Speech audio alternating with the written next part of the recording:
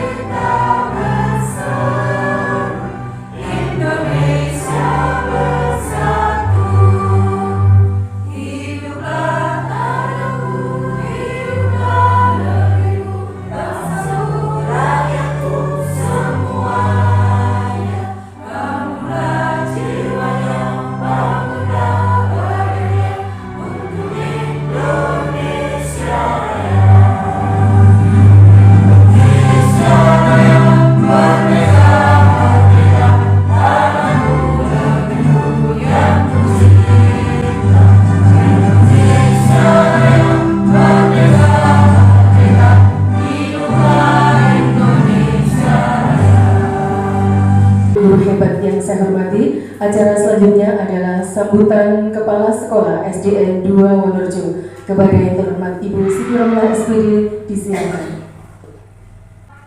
Assalamualaikum warahmatullahi wabarakatuh. Yang kami hormati Bapak Ibu Guru SD Negeri 2 Wonorejo, terkhusus Bu Putri Aresta sebagai JGP Angkatan 9. Alhamdulillah, puji syukur kehadirat Allah Subhanahu wa Ta'ala, di mana pada siang hari ini kita bisa hadir dalam kegiatan diseminasi budaya positif JGP Angkatan 9 dalam keadaan sehat walafiat, tak kurang suatu apapun. Sholawat serta salam semoga tetap tercurah kehadirat junjungan kita Nabi besar Muhammad SAW. Bapak Ibu yang saya hormati, saya berharap diseminasi ini tidak hanya sebagai penggugur kewajiban dalam mengerjakan tugas, tetapi betul-betul kita manfaatkan bersama dari hasil diseminasi ini. Diseminasi itu adalah apa ya, kalau dalam bahasa Jawa itu nularno ilmu. Apa yang sudah didapat oleh Bu Putri dalam modul selama ini yang beliau pelajari sampai demonstrasi kontekstual dan aksi nyata, itu memang seyogyanya ditularkan, diimbaskan kepada panjenengan semua.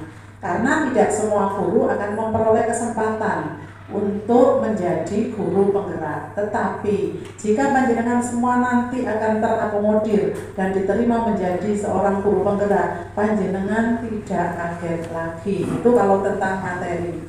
Yang kedua, berbagi praktik baik nanti yang telah dilaksanakan oleh Bu Putri, Bapak Ibu dapat mengambil hikmahnya, mengambil pelajarannya, dan dapat di ATM, adopsi, tiru, dan modifikasi di kelas Bapak Ibu masing-masing, sehingga ilmu yang Bu Putri peroleh tidak hanya mandek di lingkungan kelas Bu Putri saja, tetapi saya berharap akan bisa diimplementasikan di seluruh kelas, baik kelas 1 sampai kelas 6, sehingga kita menjaga maupun memiliki kesamaan visi, kesamaan pandangan tentang tujuan kita. Tujuan kita yang utama adalah menciptakan lingkungan belajar yang aman, nyaman, dan menyenangkan bagi siswa. Ketika lingkungan belajar ini aman, nyaman, dan menyenangkan, maka secara otomatis pembelajaran itu akan mencapai tujuannya. Panjenengan semua akan lebih mudah dalam mencapai tujuan pembelajaran dan menanamkan karakter pada peserta didik. Itu saja, selamat melaksanakan diseminasi. Bapak Ibu selamat memperoleh, mendapatkan, dan mengimplementasikan seluruh ilmu yang nantinya akan ditularkan oleh Bu Putri. Itu saja dari saya. Wassalamualaikum warahmatullahi wabarakatuh. Terima kasih disampaikan kepada Ibu Kepala Sekolah SDN 2 Wonorejo. Bapak Ibu guru hebat semua, sepertinya kita sudah tidak sabar ya untuk menerima paparan materi dari rekan kita Ibu Putri Arista Anggraini SPD. Sebelumnya boleh saya cek semangatnya ya. Semangat pagi. Pagi. Luar biasa hebat. Baik, tanpa berlama-lama kita ikuti bersama selanjutnya paparan materi atau diseminasi modul 1.4 dari Ibu Putri Arista Anggraini tentang budaya positif di sekolah. Kepada Ibu Putri Arista Anggraini SPD disilakan.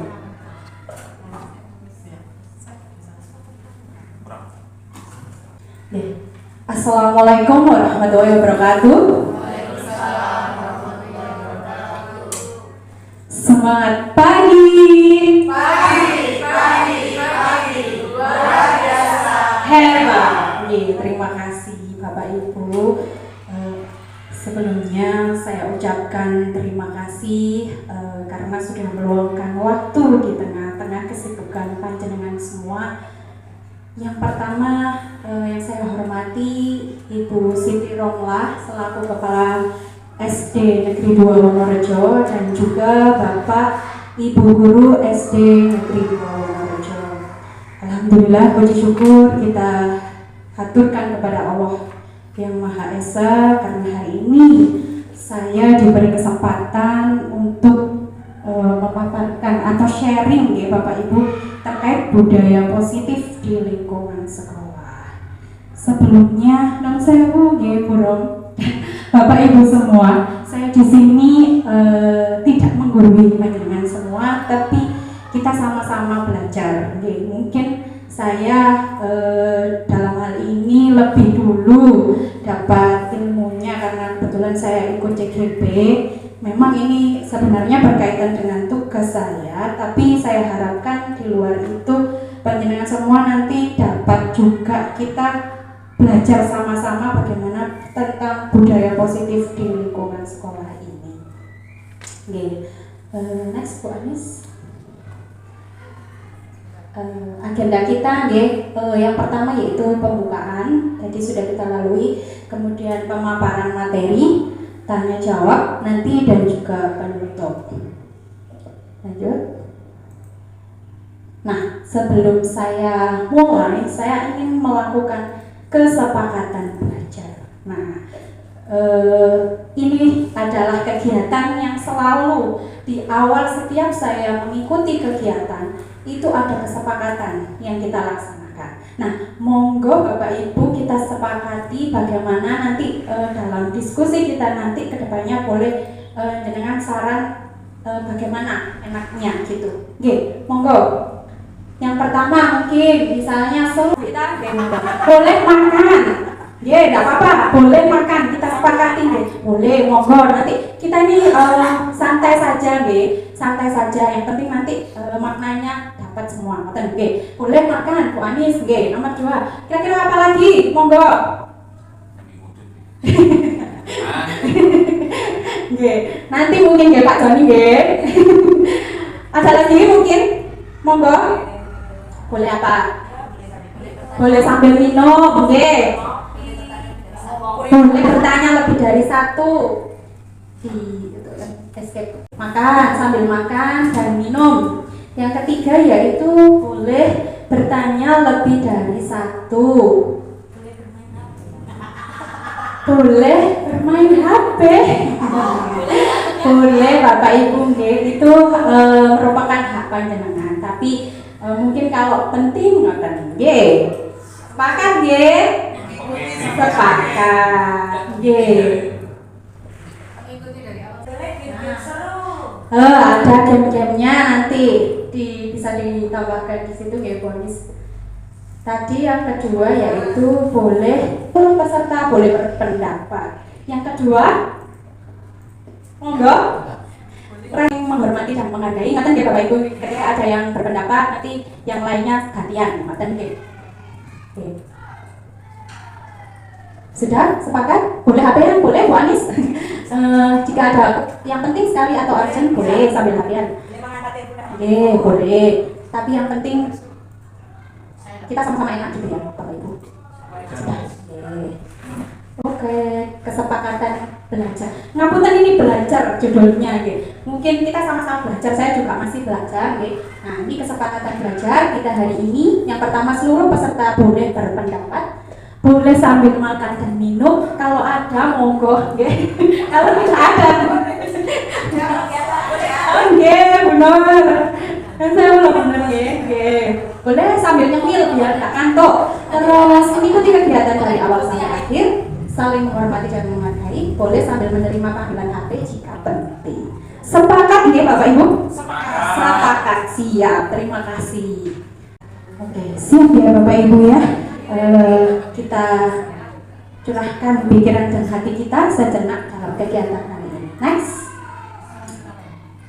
Nah, sebelum saya memaparkan materi, coba ini ada gambar Bapak Ibu. Siapa kira-kira yang bisa menebak gambar?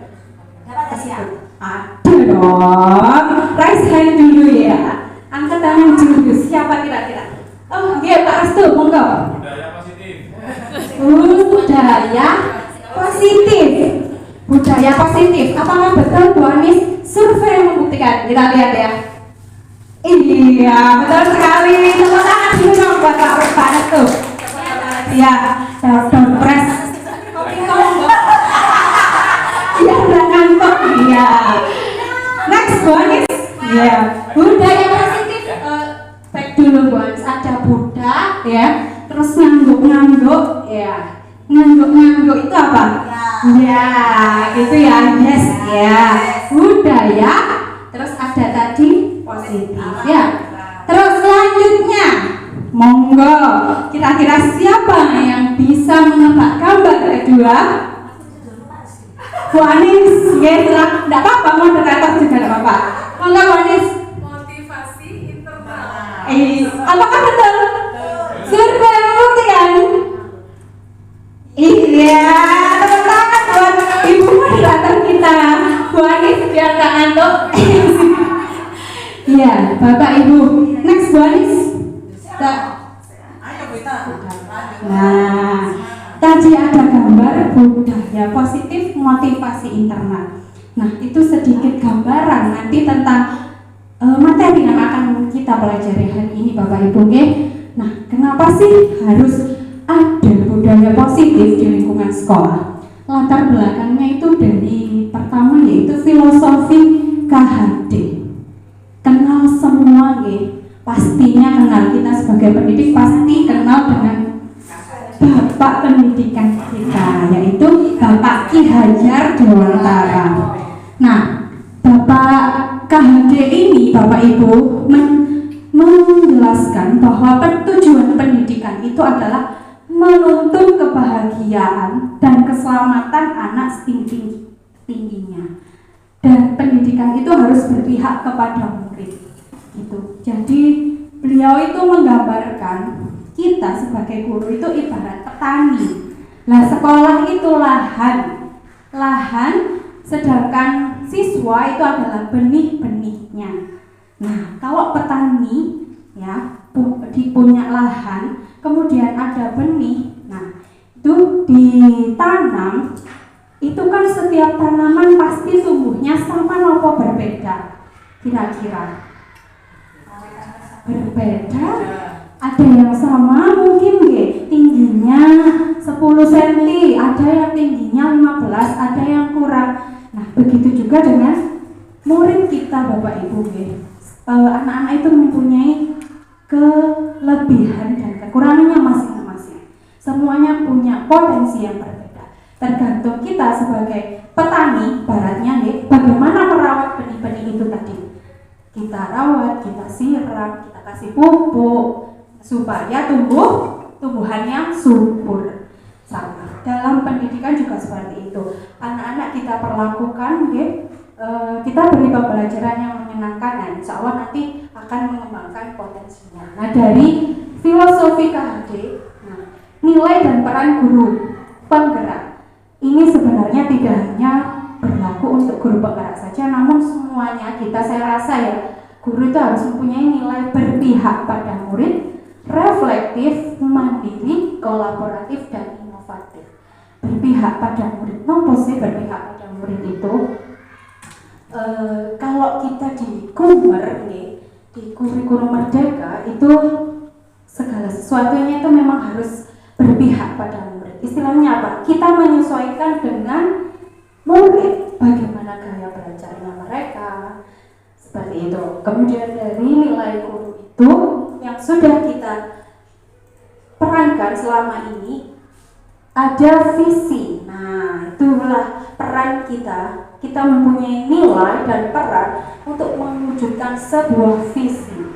Sekolah kita sudah mempunyai visi. Kenapa visi sekolah kita, Bapak Ibu? Ada yang tahu visi sekolah kita?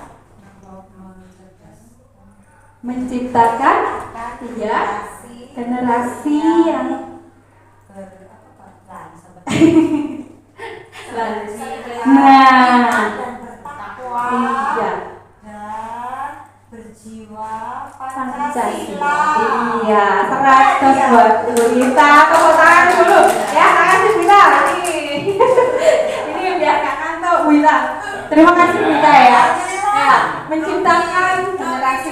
Nah, visi. Kita semua harus punya visi ya Bapak Ibu. Bagaimana kalau kita nggak punya visi untuk mewujudkan? Visi itu harapan kita ke depan bagaimana? Ibarat visi kita adalah mau makan. Nah, untuk mencapai mau makan, apa proses yang harus kita lakukan? cuci tangan. Cuci tangan. Sebelum cuci tangan, Bu Ita, berdoa. Hal yang paling kecil yaitu apa dulu?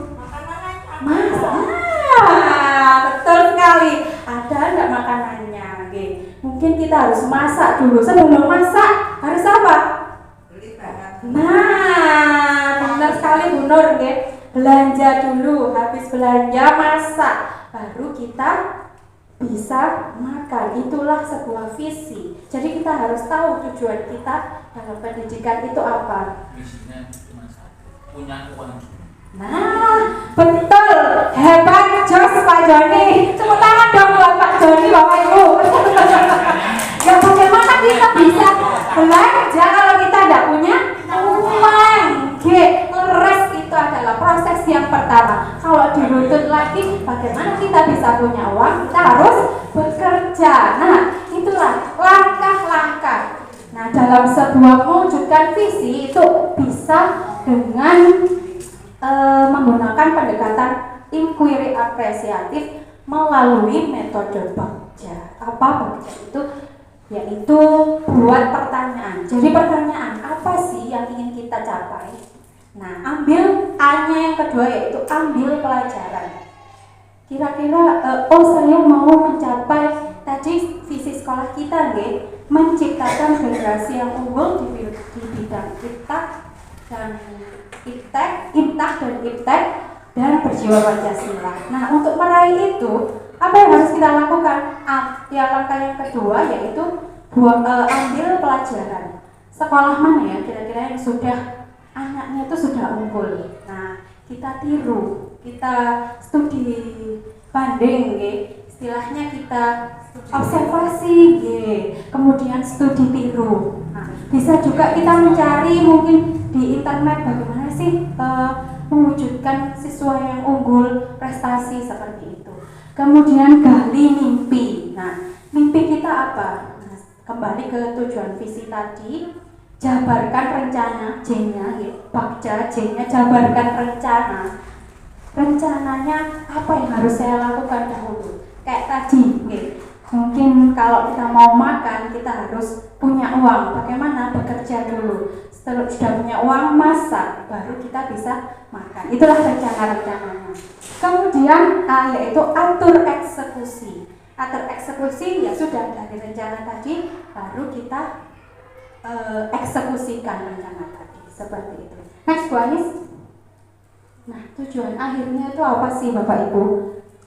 Berpihak pada murid tadi, menciptakan budaya yang positif. Tujuan akhirnya itu sebenarnya adalah menciptakan atau mewujudkan profil pelajar Pancasila dengan 6 indikator itu kalau dalam profil pelajar Pancasila. Mungkin panjenengan semua juga sudah tahu apa saja indikator profil pelajar Pancasila itu. Next one is. Nah, konsep inti budaya positif yang akan kita pelajari hari ini itu ada 7, yaitu yang pertama perubahan paradigma belajar, disiplin positif, kebutuhan dasar manusia, motivasi perilaku manusia, restitusi, posisi kontrol guru, keyakinan kelas, dan segitiga restitusi. Dari ke-7 poin tersebut, kira-kira mana yang menurut Bapak Ibu istilahnya itu baru? Oh, segitiga restitusi. Segitiga restitusi. Mungkin itu yang lain sudah familiar nih Bapak Ibu. Nah, nanti akan kita bahas. Next one is. Nah, perubahan paradigma belajar, ubah mindset ya. Dalam membangun budaya positif di sekolah, sekolah itu harus menyediakan lingkungan yang positif, aman, nyaman, dan juga berpihak pada murid agar mereka itu bisa mengembangkan potensinya secara maksimal. Kalau lingkungannya itu positif dari gurunya, suasananya, insya Allah itu budaya positif itu akan mudah terbentuk. Nah, disiplin ini sangat berkaitan dengan kontrol guru terhadap siswa. Apa kaitannya kontrol guru? Nah, kita akan bahas. Next one is. Nah, sekarang saya meminta Bapak Ibu untuk membayangkan. Coba bayangkan kira-kira apa yang paling berharga di kehidupan Bapak Ibu. Yang paling berharga yang pokoknya ini. Nah, boleh berupa materi, boleh mungkin subjek atau orang. Misalnya bunyi, wah suamiku yang paling berharga. Boleh ditulis, terserah Bapak Ibu sesuai dengan masing-masing. Ini sudah saya siapkan kertas monggo.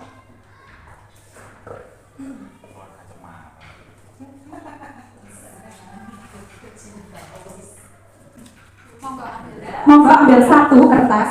Ini pulpennya kalau ada. Bu Nur, bebas, boleh benda, boleh orang. Satu saja. Dan jangan kasih tahu ke teman samping, depan, belakang, rahasia. Hanya Bapak Ibu yang tahu. Kira-kira berapa menit Bapak Ibu buat menuliskan apa yang paling berharga di kehidupan dengan? 2 detik selesai ya. 1 menit lah ya. 1 menit kira-kira selesai Monggo. Iya, tidak boleh nyontoh dong, kan masing-masing pasti punya. Monggo, 1 menit Bapak Ibu. Bu Anis juga menuliskan ya. Oke. Enggak, cuma tuliskan aja, Bu Rosi. Tuliskan saja apa? Kira-kira satu saja Bu ya. 1. Sudah ya? Bu Dia sudah menuliskan? Sudah. Ya. Oke. Sekarang coba kertasnya dengan lipat-lipat kecil sampai bisa digenggam. Next one. Digenggam, bisa digenggam. Sekarang coba cari teman. Cari teman ya Bapak Ibu nggih. Cari teman.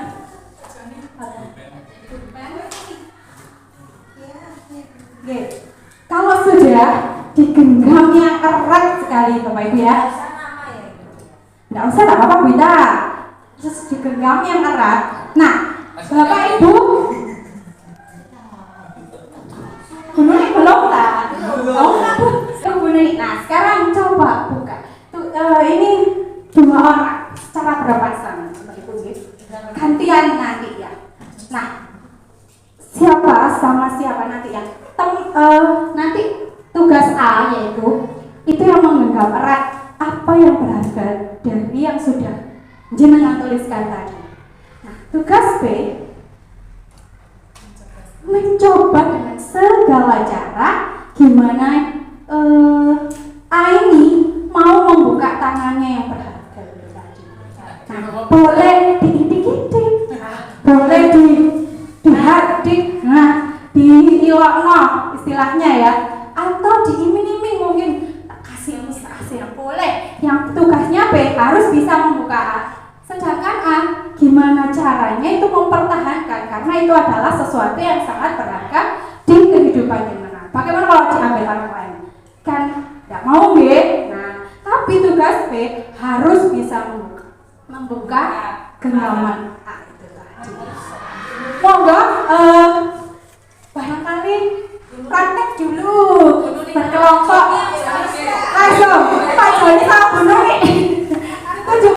Apakah yang genggaman tanganmu benar-benar berharga? Sangat berharga sekali. Kita kan bestie Bu Nuri.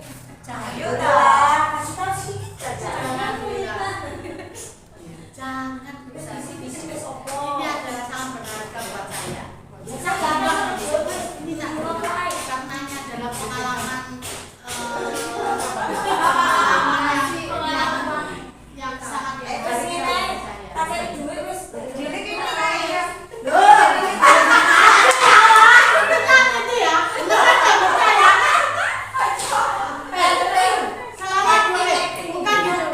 Selama 12 tahun hanya dengan 100 kurang.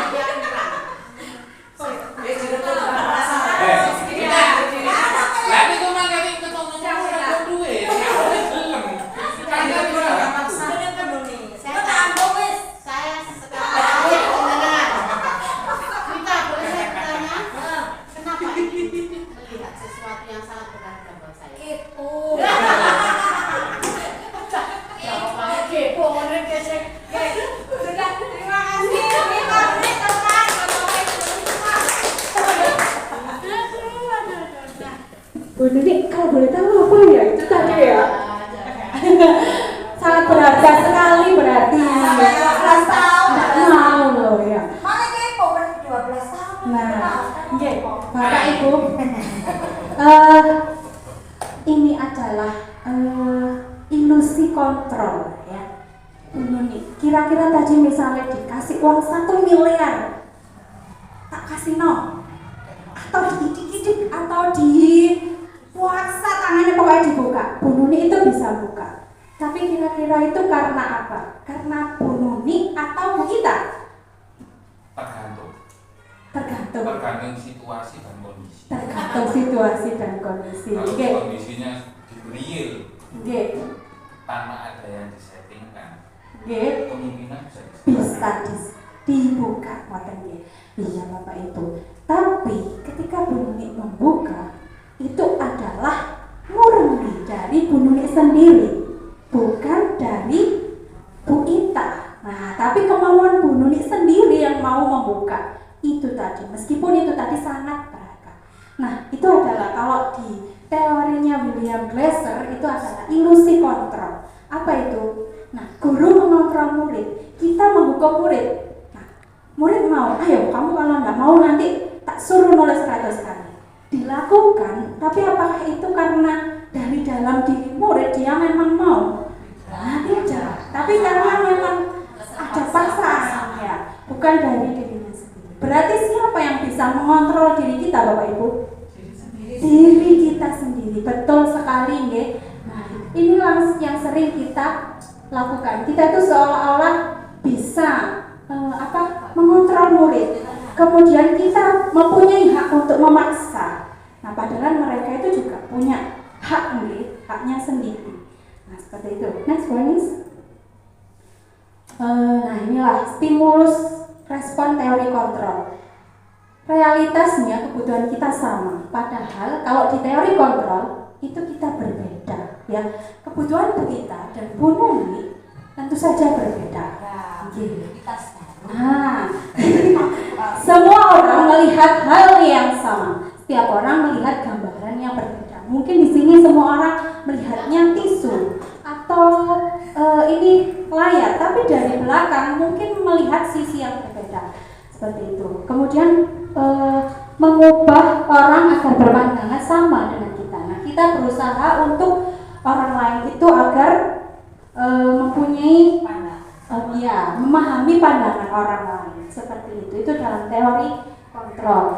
Kemudian perilaku buruk dilihat sebagai suatu kesalahan. Padahal kadang anak kita itu melakukan sesuatu yang buruk itu sebenarnya dia punya tujuan. Nah, seperti itu. Kemudian saya bisa mengontrol orang lain, kita tidak bisa mengontrol orang lain, karena yang bisa mengontrol diri kita adalah diri kita sendiri. Nah, mungkin itu tentang stimulus respon teori kontrol. Sekarang apa yang terlintas jika mendengar kata disiplin? Apa Bapak Ibu?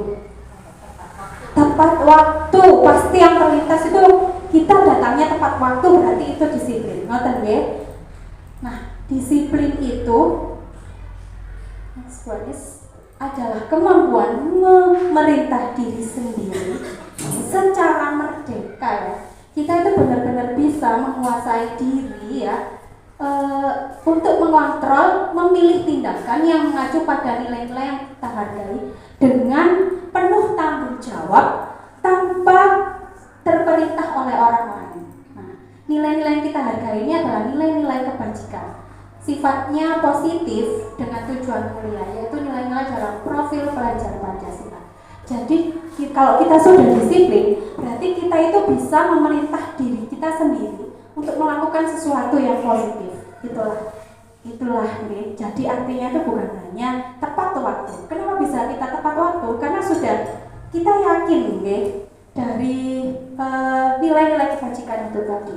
Kemudian apa yang Anda pahami terkait kebutuhan dasar manusia? Apa kira-kira? Next one is. Nah, ini ada 5. Kira-kira apa saja Bapak Ibu? Kebutuhan dasar manusia ada 5. Bertahan hidup. Yang kedua, kasih sayang. Yang ketiga, kesenangan. Yang keempat, kebebasan. Yang kelima,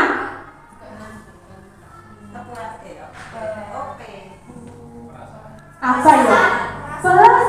Perasaan. Kayaknya kurang ya kalau perasaan. Oke. Apa ya? Nah, coba kita lihat jawabannya, guys. Nah, ternyata itu ada 5 kebutuhan dasar manusia, ya, yang kalau salah satunya itu tidak terpenuhi, maka itu tadi seseorang itu akan melakukan di luar disiplin itu tadi. Misalnya kasih sayang tidak terpenuhi. Nah, mungkin kalau anak kecil merajuk, ya Bapak Ibu. Kenapa anak kecil itu merajuk? Nah, mungkin kasih sayangnya itu tidak terpenuhi. Atau mungkin pasangan kita, Bapak Ibu, nggih. Nah, barangkali kesenangannya yang kurang. Anak itu kebebasannya. Nah, itulah tindakan-tindakan manusia jika tidak terpenuhi kebutuhan dasarnya, itu tadi, maka tidak bisa berperilaku disiplin itu tadi. Next one is. Nah, sekarang ada sebuah sedikit kasus. Saya bacakan guys. Ibu Siti, guru kelas 6. Ibu Siti guru kelas 6 di SD Unggul Parmadani sedang bingung menghadapi ulah Joni. Ya, Joni itu salah satu murid. Ini Joni, ya, bukan Bapak Joni yang ini. Kalau Bapak Joni yang ini kan ada namanya, ya namanya. Ini Joni, ya. Beberapa anak itu datang ke Bu Siti mengeluhkan Joni ini sering sekali minta makan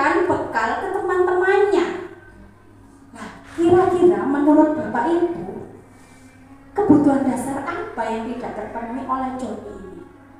Coba raise hand nih. Pak Restu, apa Pak Restu? Bertahan hidup dalam hal apa? Lapar.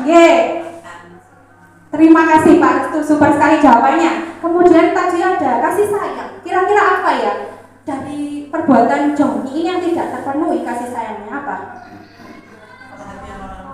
Perhatian orang tuanya. Terus kebebasan apa kira-kira?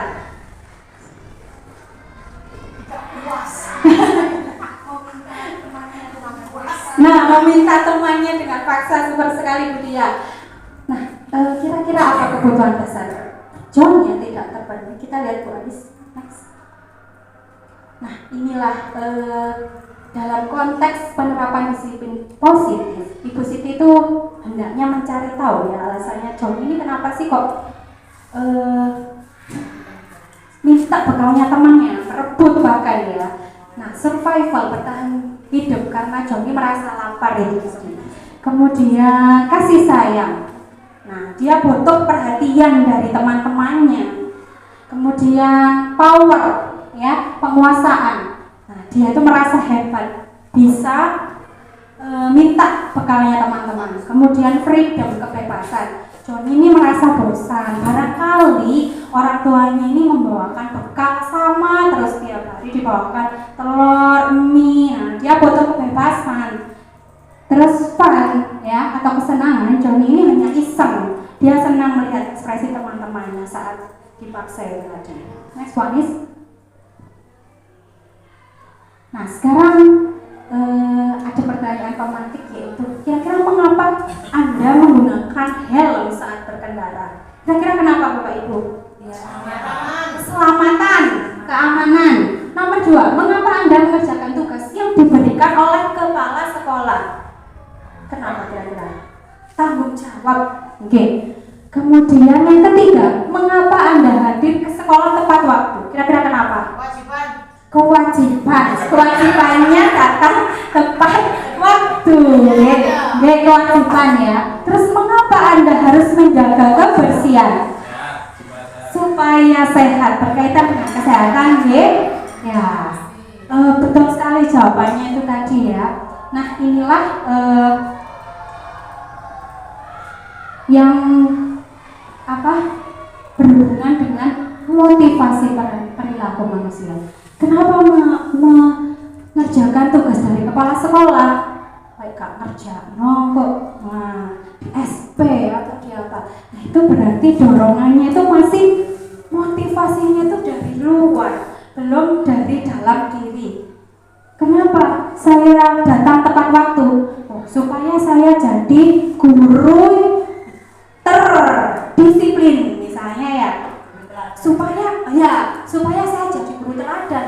Saya berangkatnya tepat waktu setiap hari. Nah, itu berarti motivasinya karena ingin dihargai, dapat penghargaan mungkin dari kepala sekolahnya, ya Bu Ita ya. Nah, sedangkan motivasi yang ketiga yaitu menghargai diri sendiri. Nah, seperti tadi memakai helm untuk keselamatan. Kalau jenengan sudah yakin ya dari dalam diri, oh kalau saya tidak pakai helm nanti kalau jatuh kepalanya, nah itu berarti motivasinya sudah dari dalam diri. Kalau saya pakai helm biar tidak ditilang, nah itu berarti motivasi panjenengan masih di tahap 1 dan 2 dari luar ya, karena dihukum atau biar mendapat penghargaan seperti itu. Next. Sekarang apa perbedaan antara hukuman, konsekuensi, dan restitusi? Ini tadi mungkin restitusi baru ya bagi Bapak Ibu, istilahnya langsung Bu Anis. Nah, hukuman dan konsekuensi. Hukuman itu sesuatu harus terjadi. Ya, misalnya anak datang terlambat. Nah, Bapak Ibu guru biasanya paling sering memberi hukuman kepada anak itu apa kira-kira? Apa? Iya. Mungkin Bu Ita, kalau dari agama mungkin biasanya apa? hukuman yang diberikan kepada anak-anak? Hukumannya bisa disepakati. Oh iya, disepakati. Nanti kalau gaduh berarti disuruh keluar, setuju? Oh iya, kalau gaduh anak-anak keluar setuju. Nah itu kalau seperti Bu Ita tadi itu lebih ke konsekuensi ya. Jadi sudah disepakati bila melanggar ada konsekuensinya. Nah itu namanya konsekuensi. Kalau hukuman itu biasanya sifatnya spontan Bapak Ibu. Misalnya ada siswa yang telat gitu nih, datanya telat. Nah tanpa kita, kamu ini telat, wes maaf Pak saya kemarin bangunnya malam tadi kesiangan, wes kamu sekarang lari keliling lapangan. Nah itu namanya hukuman. Jadi spontan langsung diberikan kepada anak-anak. Sesuatu itu harus terjadi. Nah itu hasilnya itu akan membuat anak itu sakit hati ya Bapak Ibu, sakit hati. Kalau konsekuensi mungkin bisa seperti Bu Ita tadi, tak boleh gaduh. Tadi apa Bu Ita? Iya kalau gaduh keluar. Oh, nah mungkin itu bisa ya mendisiplinkan anak. Tapi biasanya tuh jangka waktunya itu hanya sementara. Karena itu nanti dampaknya tidak membuat siswa itu keluar motivasi dari dalam dirinya.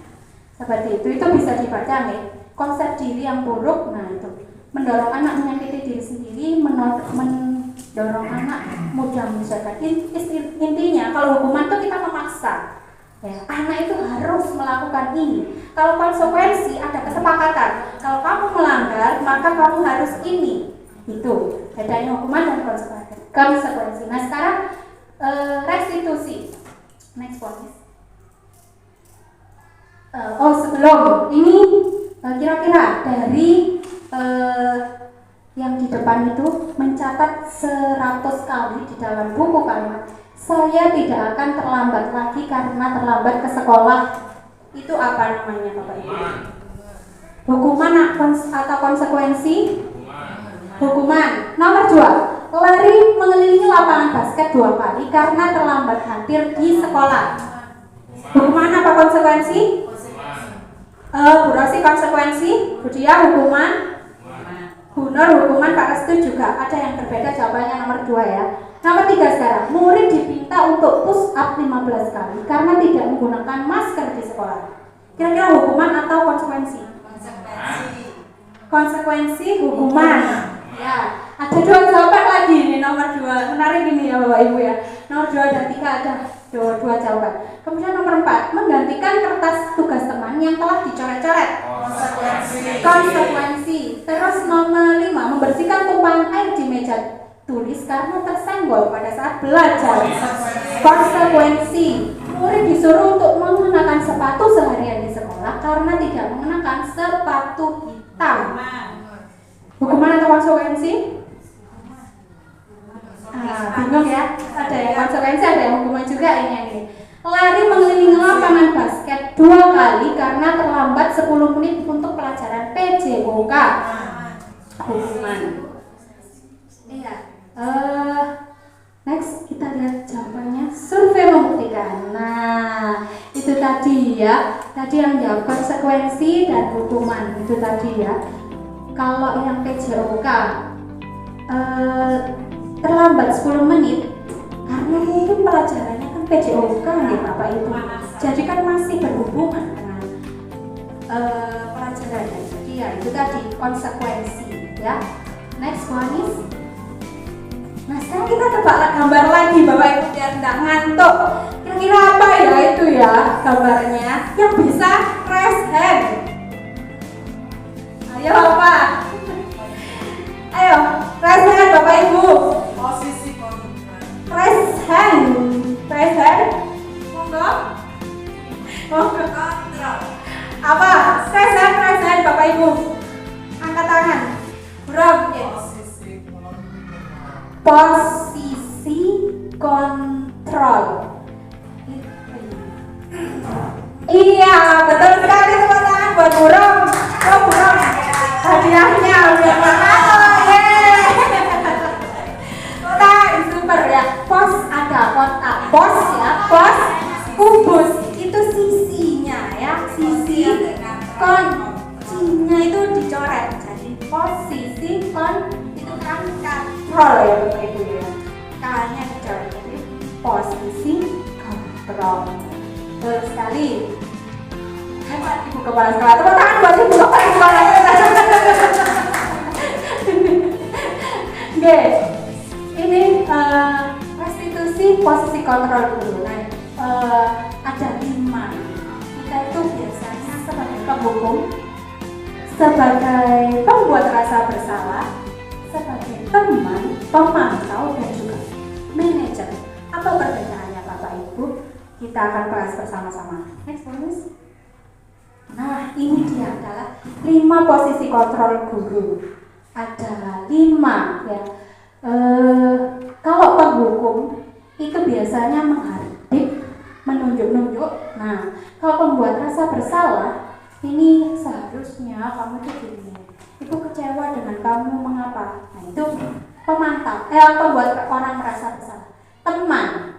Nah, membuat alasan-alasan untuk muridnya. Saya nggak mau mengerjakan. Kamu kok gitu sih? Ayo kerjakan. Nah, itu ternyata posisi kita di situ adalah sebagai teman. Nah, kalau pemantau itu menghitung dan mengukur. Biasanya itu sesuai dengan peraturan.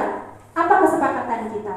Nah, seperti itu. Kayak yang tadi konsekuensi, itu posisi kita di situ adalah sebagai pemantau. Nah, ini identitas berhasil atau sukses atau kontrol diri itu berhasil ketika kita menggunakan posisi kontrol manager.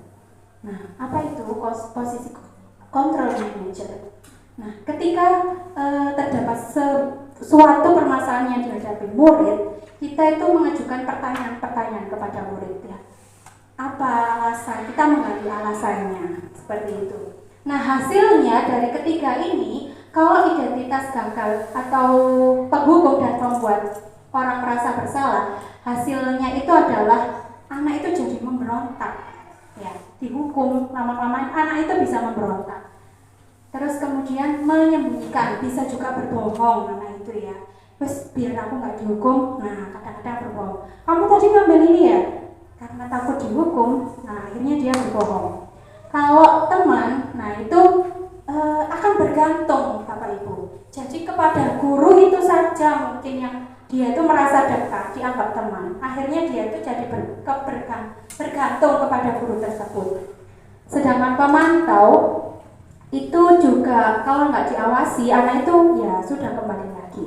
Sedangkan kalau di posisi manajer itu bisa menguatkan anak, gitu. Karena motivasinya nanti akan berasal dari dalam dirinya sendiri, seperti itu.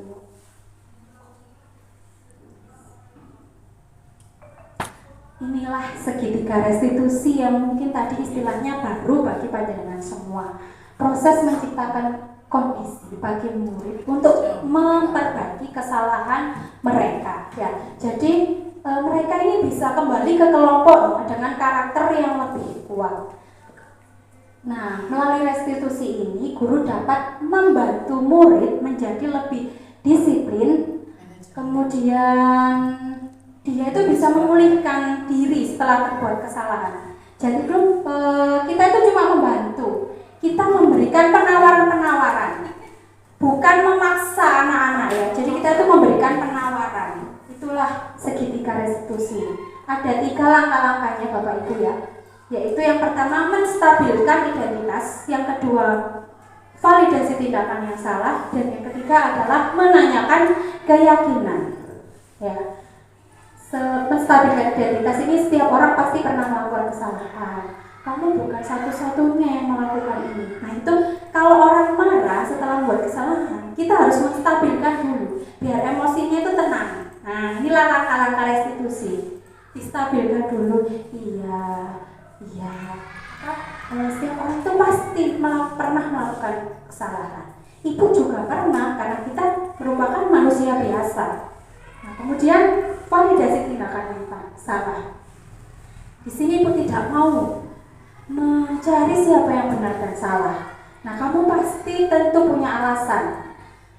Nah setelah dia menjawab sudah stabil, barulah nilai-nilai apa yang sebenarnya kita sudah sepakati. Nah kita tanyakan lagi, perilakumu itu tadi kira-kira kita kan sudah sepakat ya kalau datang ke sekolah pukul berapa? Pukul 7. Nah, ketika kamu terlambat berarti apakah itu sudah sesuai dengan keyakinan kita? Tidak, Bu. Maka sebaiknya kamu apa? Nah, kita hanya memberikan pertanyaan-pertanyaan, tapi murid sendiri yang menentukan. Itulah langkah dari restitusi. Next. Nah, ini kasus 1 ya.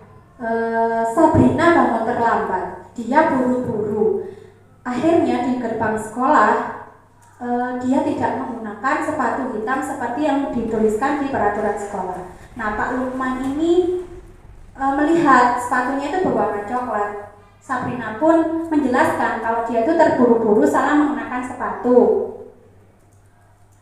Next. Nah, akhirnya Pak Lukman ini menanyakan peraturan sekolah tentang warna sepatu. Sabrina menjawab sudah mengetahui, tapi Pak Lukman ini nggak mau ya, tetap bersikeras dengan peraturan sekolah. Akhirnya ya sudah, kamu sudah melanggar peraturan sekolah. Kamu salah, sudah terlambat, salah pula warna sepatunya. Akhirnya bukan sepatumu, kenakan itu warna sepatu sesuai peraturan. Sabrina ini sudah minta maaf kepada Pak Lukman dan tidak akan berjanji tidak akan mengulangi kesalahannya. Nah, namun Pak Lukman ini tidak mau tahu. Ya, kalau sudah melanggar ya sudah. Akhirnya dia disuruh untuk menggunakan tidak bersepatu seharian di sekolah. Sekarang coba sepatumu dan silakan belajar tanpa menggunakan sepatu. Nah, seharian itu dia tidak berani berkeliling sekolah karena malu dan lebih baik berdiam diri di kelas tanpa alas sepatu. Nah, sekarang Bapak Ibu, pertanyaan 1, dalam kasus di atas, kira-kira posisi apa yang diambil oleh Pak Lukman? Dari 5 posisi. Penghukum, terus apa lagi? Pemantau, membuat rasa bersalah. Oke, Bu Anis, next. Nah, iya, posisi kontrol Pak Lukman itu tadi sebagai penghukum ya, karena langsung memberi hukuman tanpa tahu alasannya. Kemudian juga betul sekali Bu Romge sebagai pemantau, karena indikatornya itu tadi dia bertindak sesuai aturan Pak Lukman itu, karena aturannya hitam ya sudah hitam. Nah, sekarang pertanyaannya, bila Bapak Lukman mengambil posisi seorang manajer, apa yang akan dikatakannya? Pertanyaan-pertanyaan seperti apa yang akan diajukan ke Sabrina? Bapak Ibu silakan menuliskan di kertas yang sudah saya siapkan. Jadi kira-kira seperti dalam segitiga restitusi tadi, apa yang harus dikatakan Pak Lukman itu tadi? Berapa? 3 menit ya.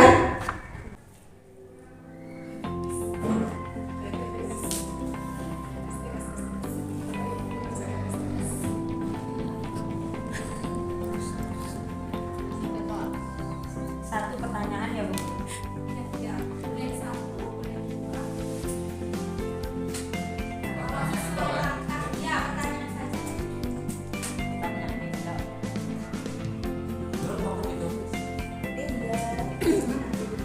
Melihat ke saya.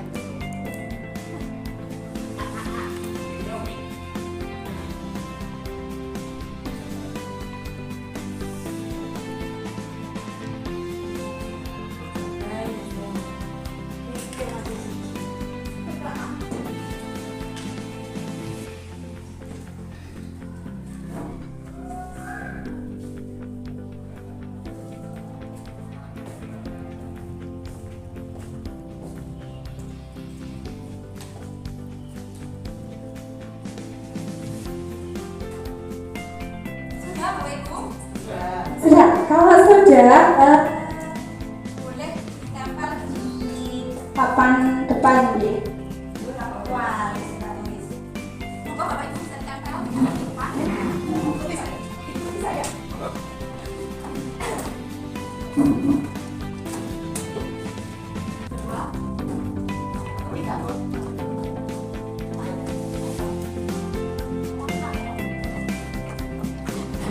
Banyak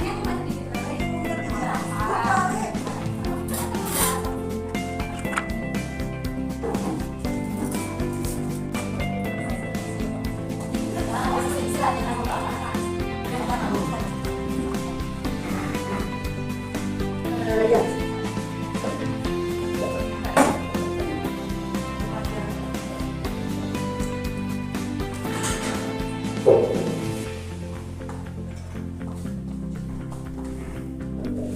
Saya bacakan di Bapak Ibu.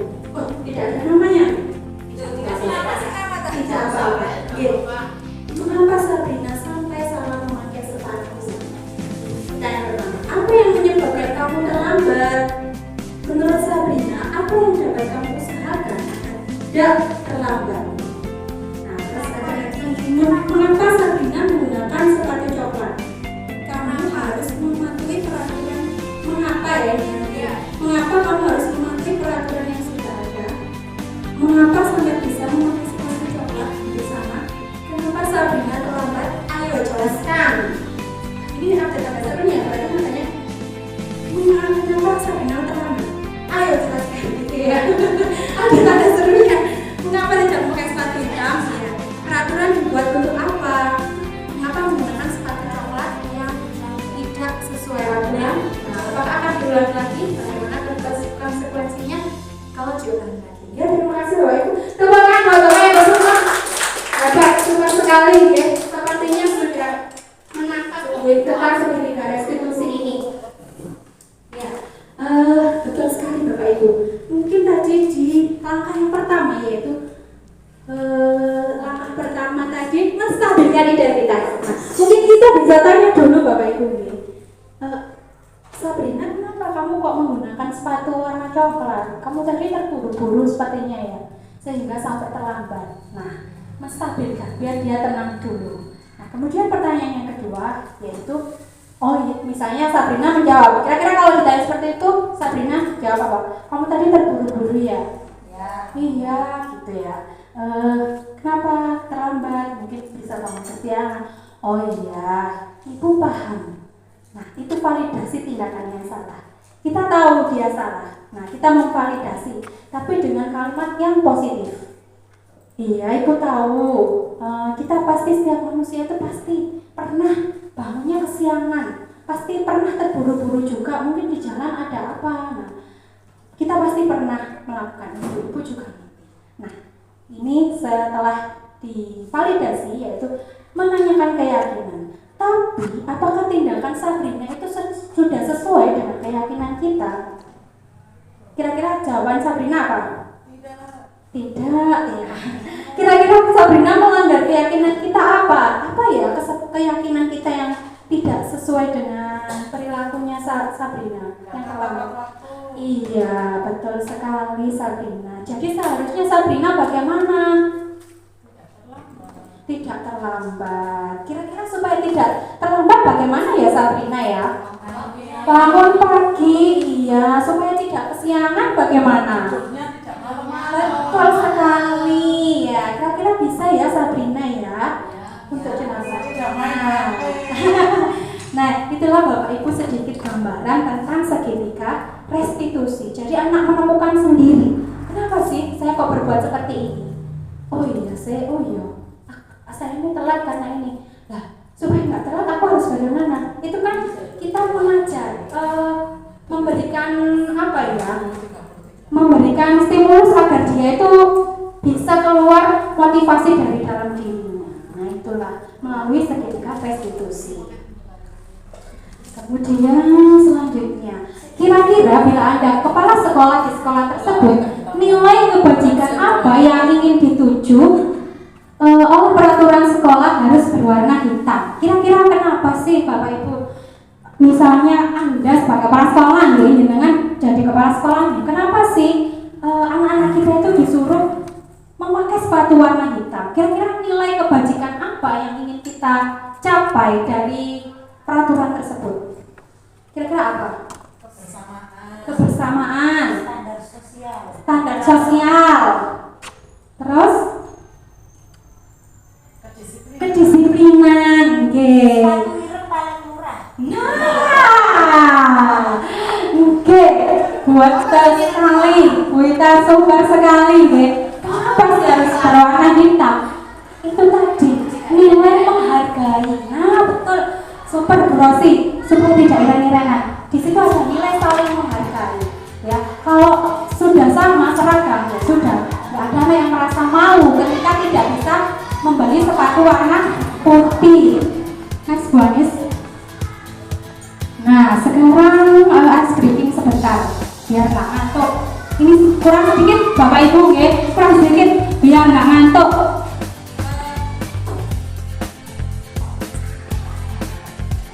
Berdiri Bapak Ibu.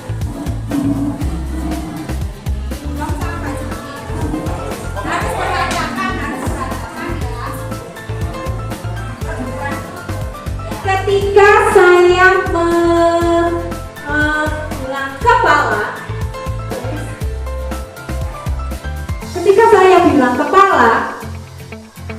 Ketika saya bilang kepala, Bapak Ibu harus pegang kepala. Ketika saya bilang pundak, Bapak Ibu juga harus pegang pundak. Ketika saya bilang lutut, Bapak Ibu harus pegang lutut. Kalau saya bilang permen, Bapak Ibu boleh mengambil permennya.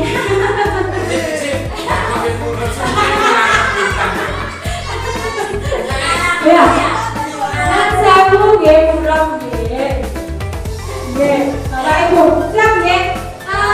Pertanyaan. Gelasnya disingkirkan dulu.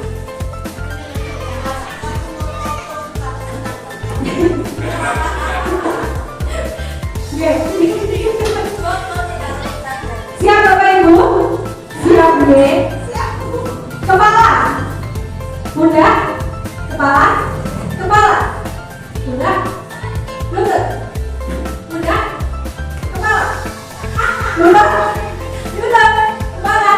Pundak keren.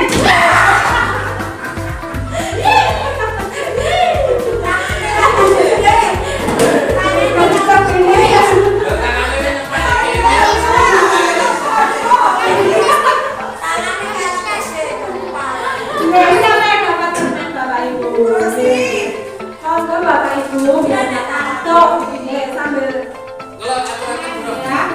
Monggo. Oke.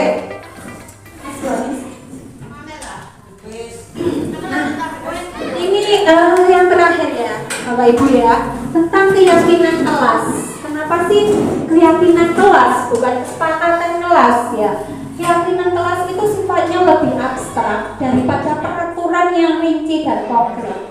Ya, jadi keyakinan kelas itu juga dibuatnya dalam bentuk yang positif, berupa pernyataan universal. Kemudian warga kelas semuanya berkontribusi dalam membuat keyakinan kelas lewat kegiatan curah pendapat. Semuanya juga harus bersedia meninjau kembali keyakinan kelas dari waktu ke waktu. Jadi tidak hanya di situ ya, dari waktu ke waktu bisa dirubah. Nah, next one is ini ya, peraturan. Ini bedanya peraturan dan keyakinan kelas. Peraturan itu misalnya kata-katanya selalu kembalikan buku ke tempatnya. Nah, keyakinannya sebenarnya itu kita ingin apa sih, anak-anak itu menaruh buku di tempatnya. Tanggung jawab, dilarang mengganggu orang lain, menghormati nilainya ya. Hadir di sekolah 15 menit sebelum pembelajaran, yaitu menghormati orang lain. Kemudian dilarang melakukan kekerasan. Keyakinannya adalah tentang keselamatan dan menghormati orang lain. Dilarang menggunakan narkoba. Keyakinannya apa? Kesehatan dan lain-lain. Itu bisa dibaca ya Bapak Ibu. Nah, ini contoh dari keyakinan kelas. Keyakinan kelas bersikap positif, tampak seperti hadir tepat waktu misalnya, mengucap jika membalas. Tidak tampak seperti hadir terlambat. Bapak Ibu, apakah di SDN 2 Wonorejo ini masih banyak yang datangnya terlambat? Banyak. Nah, itu berarti Bapak Ibu motivasinya tadi masih berada di tahap mana? Iya, masih dari eksternal ya. Kalau Bapak Ibu menyadari dan sudah dari dalam dirinya, menghargai diri sendiri, oh ya, karena ya sudah menjadi tanggung jawabnya. Bapak Ibu yakin itu memang sudah sudah tanggung jawab saya sebagai guru. Saya harus hadir jam 7 atau sebelum itu. Nah, itu berarti motivasi Bapak Ibu sudah dari dalam atau motivasinya sudah dari internal. Seperti itu. Ya. Nah, terima kasih ya Bapak Ibu. Mungkin itu yang bisa saya sharingkan ke Bapak Ibu terkait dengan budaya positif di lingkungan sekolah. Semangat pagi! Luar biasa, hebat. SDN 2 Wonorejo Bisa. Luar biasa. Hebat. Iya, tepuk tangan buat kita semua Bapak Ibu. Iya. Terima kasih sebelumnya saya ucapkan apabila tadi ketika saya menyampaikan ada kurangnya atau menyinggung Bapak Ibu semuanya, saya mohon maaf yang sebesar-besarnya. Saya akhiri. Wassalamualaikum warahmatullahi wabarakatuh.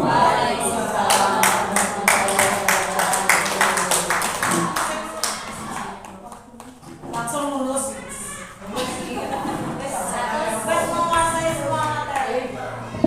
Baik Bapak Ibu guru hebat, luar biasa sekali pemaparan materi budaya positif di lingkungan sekolah. Boleh kita beri aplaus sekali lagi untuk rekan kita Ibu Putri Alisa Anggraini.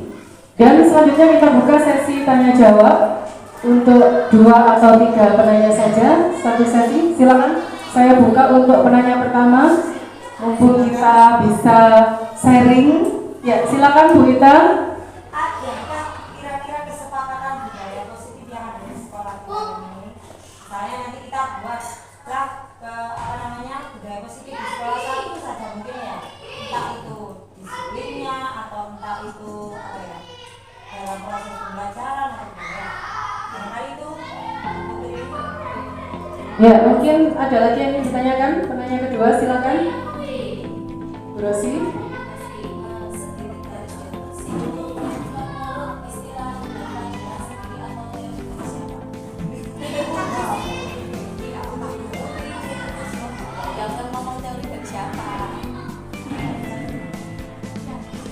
Ada lagi, Bapak Ibu terakhir?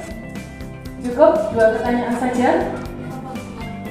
Baik, saya ulang kembali untuk pertanyaan pertama dari Ibu Ita Farinda SPD, yaitu adakah budaya positif di sekolah kita atau mungkin yang bisa kita unggulkan mungkin ya. Kemudian yang kedua tentang segitiga restitusi itu apakah pernyataannya Bu Putri atau teori saja? Silakan dijelaskan. Atau teori dari siapa? Silakan Bu Putri. Ya, terima kasih. Mungkin saya akan langsung menjawab ya. Pertanyaan dari Bu Ita, apakah tadi Bu Anis ya, apakah sekolah kita ada budaya positif yang nanti bisa kita sepakati? Nah, sebenarnya tadi saya mau mengajak juga, tapi karena waktu ya, nanti bisa kita gunakan ya, mau izin burung ya. Nah, ini nanti monggo, nanti Bapak Ibu kita laksanakan dari kelas dulu. Monggo, jenengan nanti bisa membuat keyakinan kelas dengan anak-anak.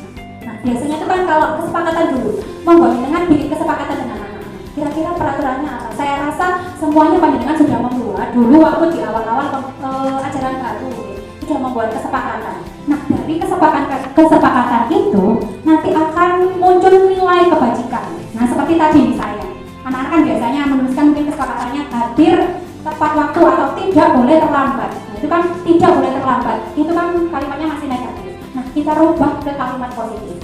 Apa sih yang ingin kebajikan, apa yang ingin kita capai dari datang hadir tepat waktu? Disiplin misalnya. Berarti keyakinan kelas kita adalah disiplin. Mungkin seperti dari yang tadi Bu Anis, keyakinan kelas yang taberte itu namanya keyakinan kelas taberte. Jadi tampak dan tidak tampak, seperti perilakunya yang nampak dan tidak tampak di belakang Bu Anis. Oke. Jadi keyakinan yang dibuat itu dari satu keyakinan ya. Nah, dijabarkan nanti. Yang saya buat contoh tadi itu budaya perilaku positif kalau tidak salah nih. Terus buat ini slide 43 katanya.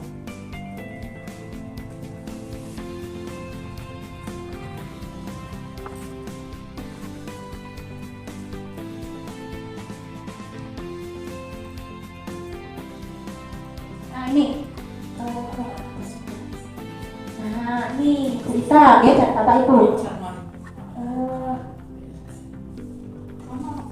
Sikap positif keyakinannya. Apa saja? Tampak seperti hadir tepat waktu, mengucap salam dan membalas jika masuk kelas, berdoa sebelum dan sesudah belajar. Itu adalah nilai. Tampak seperti, nah, kalau anak-anak hadir tepat waktu, berarti itu sudah bersikap positif. Nah, bersikap positif ini tidak tampak seperti kalau anak-anak hadirnya terlambat. Nah, itu nanti terima kasih Bunda ya, pertanyaannya luar biasa. Nanti bisa kita agendakan. Bapak Ibu mungkin juga bisa praktek dengan anak-anak kelas untuk membuat kesepakatan kelas yang nantinya mungkin bisa kita kerucutkan menjadi keyakinan sekolah dari masing-masing kelas 1 sampai kelas 5. Seperti itu ya Bapak Ibu. Oh enggak, berapa? Enggak. Untuk yang ini saya untuk membuat kesepakatan kelas itu kan yang pertama adalah cuma pendapat. Nah, cuma pendapat itu adalah kelas ideal yang mereka inginkan, kelas seperti apa. Nah, misalnya kelas ideal yang saya inginkan adalah kelasnya nyaman, bersih. Nah, berarti nanti kayak kita ada kesepakatannya kelas apa? Berarti melaksanakan terus misalnya Bu, saya tuh ingin suasana belajar itu yang anak-anak itu yang tenang, yang ramai tapi menyenangkan. Berarti saat belajar harus sesuai dengan Bu. Terus yang menyenangkan misalnya di tengah pembelajaran Pasti ya. Itu disepakati. Boleh. Itu kita melibatkan siswa dalam prosesnya. Yang paling penting itu Bapak Ibu. Kita harus melibatkan siswa dalam proses apapun, kita harus melibatkan siswa. Seperti itu.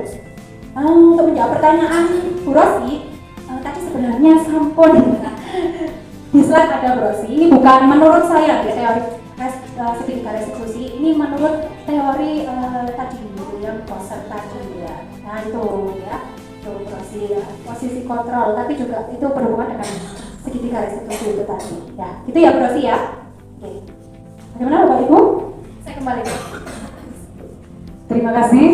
Baik Bapak Ibu, jika tidak ada pertanyaan atau sharing lagi, nanti bisa kita sambung lebih lanjut di pertemuan selanjutnya atau di sela-sela kesibukan kita mengajar putra-putri hebat kita. Jika tidak ada pertanyaan, marilah kita tutup acara ini dengan bacaan hamdalah. Sekali lagi terima kasih untuk narasumber hebat, rekan kita yang hebat, Ibu Putri Arista Anggraini. Semoga ilmu yang diberikan tadi membawa manfaat bagi kita semua. Mari kita tutup dengan bacaan hamdalah. Alhamdulillahirabbil alamin. Sebelum saya ucapkan salam, karena tadi saya awali dengan pantun, saya beri pantun lagi ya untuk Bapak Ibu semua. Hari Raya makan ketupat, ditambah opor ayam semakin lezat. Terima kasih partisipasi Bapak Ibu hebat. Semoga berkah dan membawa manfaat. Terima kasih, mohon maaf apabila ada kesalahan. Billahi taufiq wal hidayah. Wassalamualaikum warahmatullahi wabarakatuh. Tepuk tangan untuk kita semua ya.